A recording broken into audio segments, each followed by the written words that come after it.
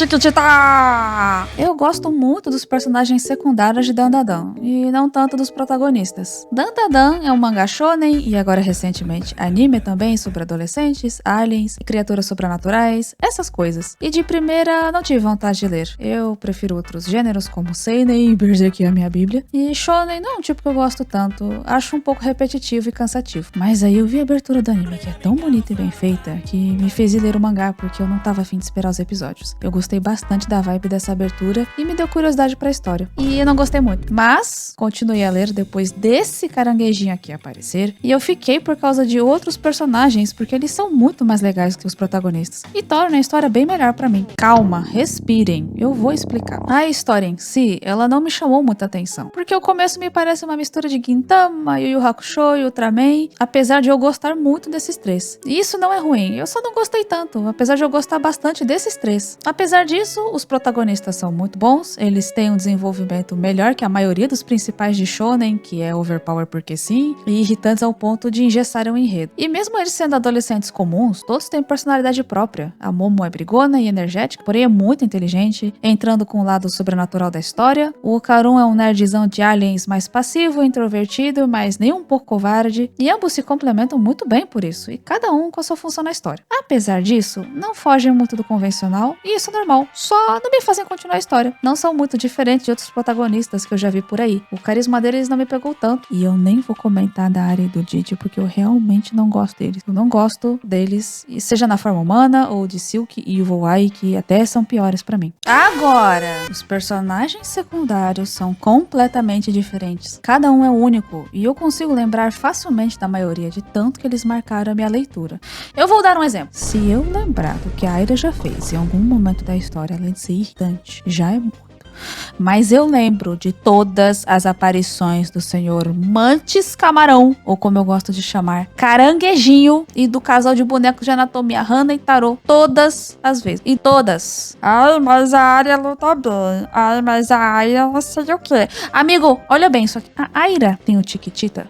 Chiquitita é o filho do Caranguejinho. Esse aqui. Não tem. A Aira encontra todos os dias às 10 horas da noite o amor manequim dela. Não! Sabe por quê? Porque ninguém gosta da Aira. Tô brincando. Ou não. O que eu quero dizer é que os coadjuvantes são muito mais carismáticos e eu me apego a todos. Até alguém que apareceu por 2 ou 3 quadros, como o Ludris. É Ludris que fala? Eu vou falar Ludris. Eu quero ver quentinho, confortável e seguro. Porque eles enriquecem e muito a história. Eu achei incrível como o autor criou cada um deles. Porque eles têm peculiaridades muito específicas e memoráveis. Mas sem serem caricatos demais. Por exemplo, o Urokuro é um alien preocupado com o trabalho de meio período dele. E pode estar acontecendo a zona que for. Ele vai ficar pensando que ele tem que voltar pro serviço. A Arin é uma fanfiqueira de vampiros que canta como uma idol. E isso, inclusive, é o poder dela, mas o sonho dela é escrever fanfic de vampiro. O Caranguejinho é um alien lutador que precisa ficar na Terra porque o filho Chiquitita faz tratamento com leite de vaca terrestre. A Vamos Lá é uma alien com traje de kaiju. Ela tem tanto carisma que no começo ela nem consegue falar direito, mas eu já achei ela um amorzinho mesmo assim. Eu gosto muito dela. As anteninhas dela. Uma curiosidade sobre a Vamos Lá, o nome dela é realmente Vamos Lá do português brasileiro, por alguma razão. Os japoneses acham super engraçado algumas gírias daqui, e Vamos Lá é uma delas. Além disso, eu gosto também de que esses personagens têm habilidades e motivações muito diferentes. Como o Sakata, que tem um conhecimento de mecha tão grande, consegue transformar Naniskin em qualquer robô e ainda operar eles. O Amai, que virou um espírito guardião da Rin só pra ajudar ela a virar uma idol. E mais nada, ela não quer saber de nada. Eu acho muito engraçado o jeitinho dela. Os designs também desses personagens são muito bem feitos. Eu gosto tanto do contraste da aparência com a personalidade de cada um. As referências também são bem legais. A segunda forma do Serpus e do Caranguejinho tem inspiração em monstros de Ultraman. O traje Kaiju da Vamos Lá foi baseado no Gomora. Inclusive, o autor é assumidamente fã de Ultraman e tem muita referência no mangá e na própria abertura do anime também. O que eu também gosto bastante é que os personagens não ficam estáticos, tem um desenvolvimento real. A Tabobaba ou Turbo Granny começa muito ácida, ficando na casa da Seiko e ajudando a criançada passada só pra ter os poderes de volta, mas depois ela se apega a todo mundo, é visível que ela gosta de ficar com a Momo, o Okarun, a Seiko e as demais pessoas que vão entrando na casa. E quando ela foi embora, me deixou triste de verdade.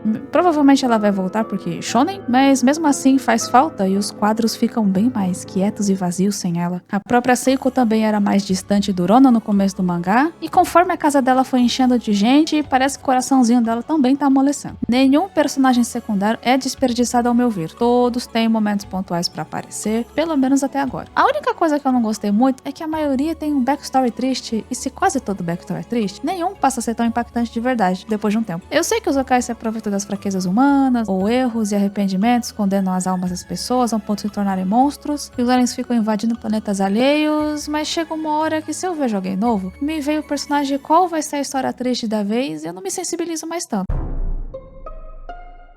E por essas razões, Dandadan me surpreendeu bastante. O mangá tem muitos momentos épicos, como a invasão e plots muito interessantes que, mesmo sendo previsíveis, não deixam de ser divertidos, assim como o estilo do autor. Então, ó, show!